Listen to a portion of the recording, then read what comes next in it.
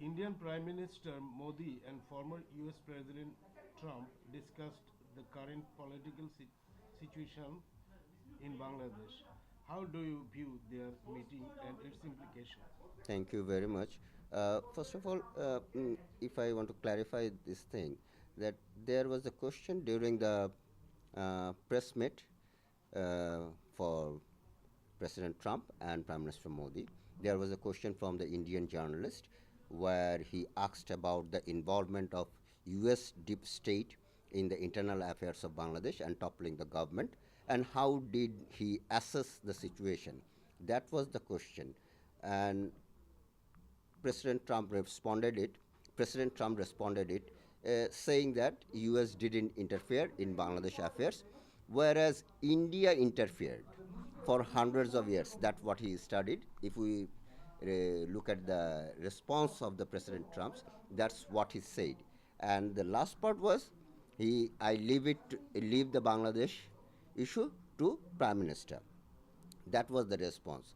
And when we are saying that US President and Narendra Modi discussed the political situation of Bangladesh, I don't know, only by answering a question in a press meet can we draw the conclusion that both the leaders discussed the issue in their bilateral meetings? I don't know.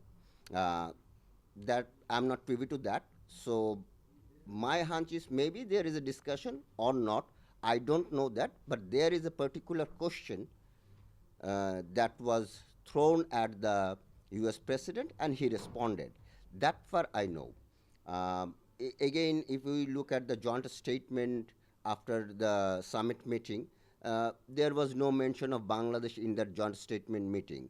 So it is difficult for me to No, draw the conclusion. after the meeting, the Indian Foreign Secretary briefed the media, and he said that during the meeting, the Prime Minister of India, Mr. Narendra Modi, has expressed their concern about the Bangladesh's situation, and also desire about the constructive solution of this problem. Okay, so if that is the case, in that case, it's India's interest talking about the Bangladesh situation, but that is not the case for America.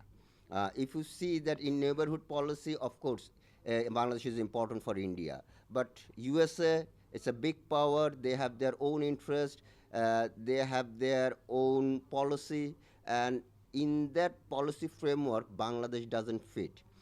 Say, for example, they have a specific policy for Middle East, they have a specific policy for China, they have a specific policy for Japan and other countries, but they don't have any specific policy for Bangladesh. So I'm pretty much sure that the interest of India is very much, and probably they want to they want the US on their side when they take any decision about Bangladesh. Do you believe that as close neighbors, India and Bangladesh should resolve their concerns bilaterally without external interference? Of course, I always believe that. So, this particular area we are talking about, this subcontinent, it was undivided. Even 200 years, even before 47, it was undivided. We can move from one place to another. There was no division among us. We had this division after 1947. So, what happened after 1947 that we couldn't talk with our neighbors, we couldn't talk our brothers, we couldn't talk our sisters? So I don't see any reason why we cannot solve our problems. It is obvious that all the neighbors will have some issues. Say, for example, it is also true for our neighbor also. I can always have a issue of noise pollution, or somebody throws, children are always children's they can make quarrel and other things, but we can always solve this problem if we sit for a dialogue. I can always believe that it is possible when if both the countries are interested to resolve the crisis or resolve the issues. It is possible, of course, without interfering any other country. How do you assess the current state of the India-Bangladesh relations? Um, I believe that the India-Bangladesh relationship, I always say that it does not depend on the bilateral components only. Say, for example, the Bangladesh-China relationship has an impact on Bangladesh-India relationship, and it is also true for India-China relationship. They also have an impact on Bangladesh-India relationship. Given the scenario we have, let's say everybody knows that China shows an extra interest towards Bangladesh. So definitely that's red signal. I would not say red signal, but that's a signal to India that something is happening in Bangladesh.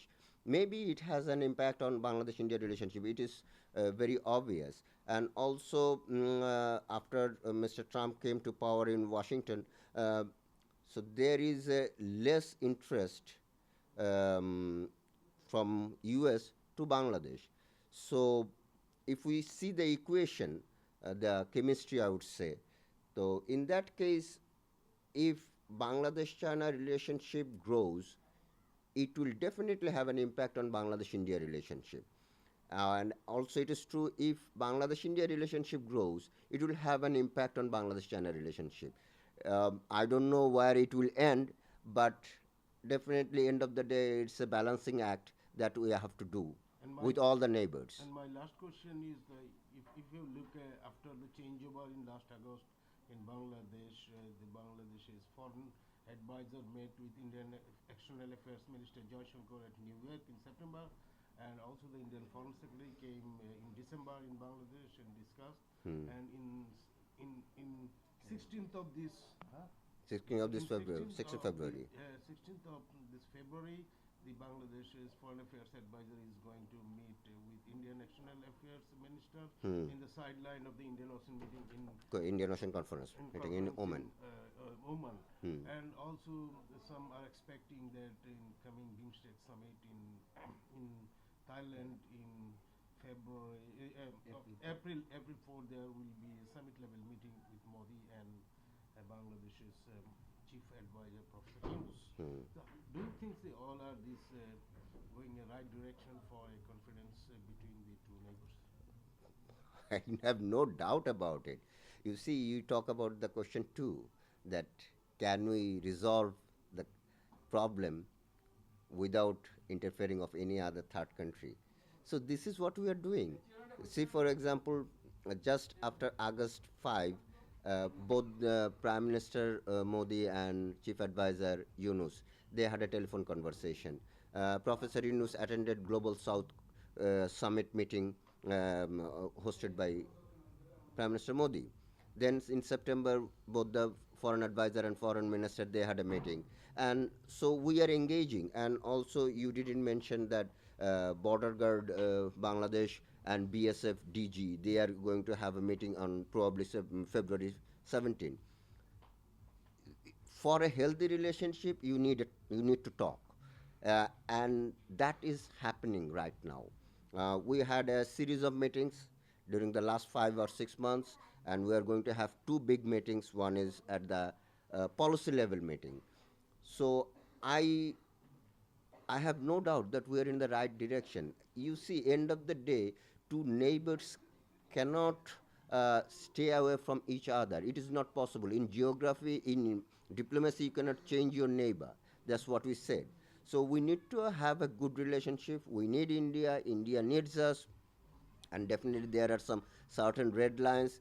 If you don't cross that, probably my hunch is that we are going to see more such meetings in the coming days.